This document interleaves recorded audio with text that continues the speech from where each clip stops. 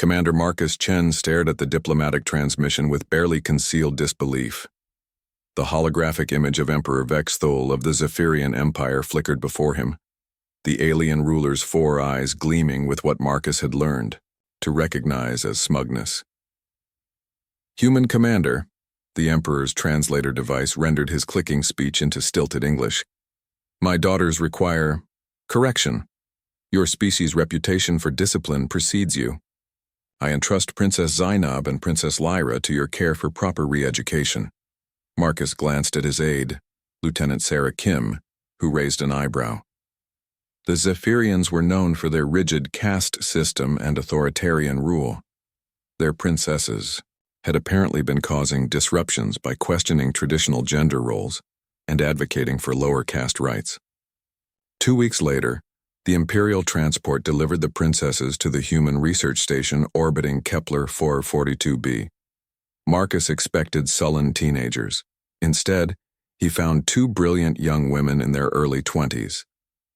Princess Zainab, the elder, possessed an ethereal beauty typical of her species, translucent blue skin, flowing silver hair, and those distinctive 4 eyes that seemed to see everything.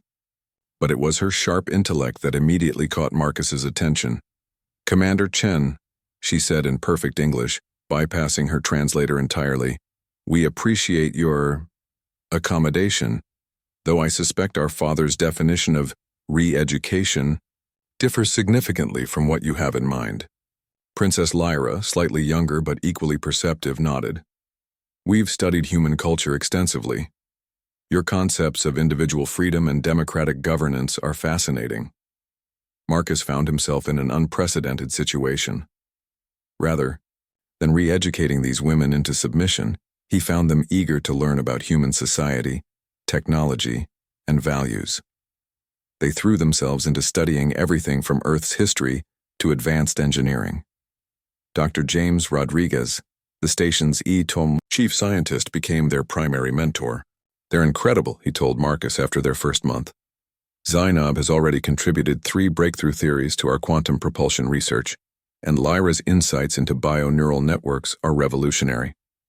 But it wasn't just their intellectual contributions that impressed the human crew. Both princesses demonstrated a natural empathy and leadership that drew people to them. Zainab organized cultural exchange sessions where humans and the few other alien species on the station shared their traditions. Lyra established a council system for resolving disputes that was so effective it became station policy. As months passed, something unexpected began to develop. Marcus watched as genuine affection grew between the princesses and members of his crew. Zainab and Dr. Rodriguez spent countless hours in deep conversation, their professional collaboration blossoming into something deeper. Meanwhile, Lyra and engineer Tom Bradley bonded over their shared passion for sustainable technology and their vision of a better future. "This wasn't supposed to happen," Marcus confided to Lieutenant Kim as they observed the couples working together in the lab. "The Emperor sent them here to be broken down and rebuilt. Instead, they're thriving." "Maybe that's exactly what they needed," Kim replied. "Freedom to be themselves." The revelation came during the princess's 8th month on the station. Both Zainab and Lyra approached Marcus together, their expressions mixing nervousness with joy. "Commander," Zainab began, "we have news that will likely complicate our situation." "We're pregnant," Lyra added simply. Marcus felt the weight of interstellar diplomacy crash down on him. Hybrid human Zephyrian children were theoretically possible but had never occurred. The political ramifications were staggering. "The Emperor will see this as the ultimate corruption of his daughters," he said slowly. "Perhaps," Zainab replied, placing a protective hand over her still flat stomach. "Or perhaps he'll see it as the ultimate success. We've learned discipline, Commander, the discipline to think for ourselves, to choose our own paths, to love without boundaries."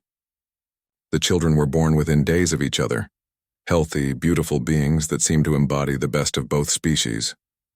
Little Arya, daughter of Zainab and James, had her mother's silver hair, but her father's brown eyes.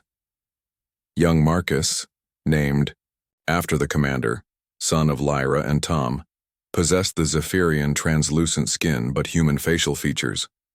When the Imperial ship arrived to collect the princesses, Marcus prepared for the worst. Emperor Vexthul materialized in the docking bay, his entourage bristling with weapons, but as the Emperor's gaze fell upon his daughters, confident, radiant, holding their hybrid children, something shifted in his demeanor. Father, Zainab stepped forward, no longer the rebellious princess who had left but a mature leader in her own right. We return to you educated as you wished. We've learned the value of strength through unity rather than domination. We've discovered that true power comes from empowering others. Lyra joined her sister. These children represent the future, not just of our species, but of what we can become together. They are the bridge between worlds. The Emperor studied the infants, his 4 eyes unreadable. Finally he spoke. You were sent for re-education, yet I see you have educated others in return. Marcus stepped forward. Your Majesty, your daughters have shown us that strength isn't about breaking spirits but about building bridges. They've proven that the greatest victories come not from conquest but from cooperation. Emperor Vexthul remained silent for long moments. Then to everyone's surprise he began to laugh, a sound like chiming bells. Commander Chen, it seems my daughters have indeed been properly educated. They've learned the most important lesson of all, that true leadership transforms not just oneself, but the entire world around them.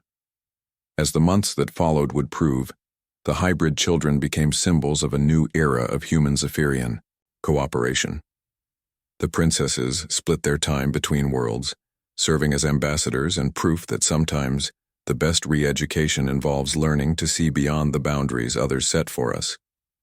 Marcus often reflected on the irony. The Emperor had sent his daughters to be broken and remade. Instead, they had broken down walls and remade the future itself.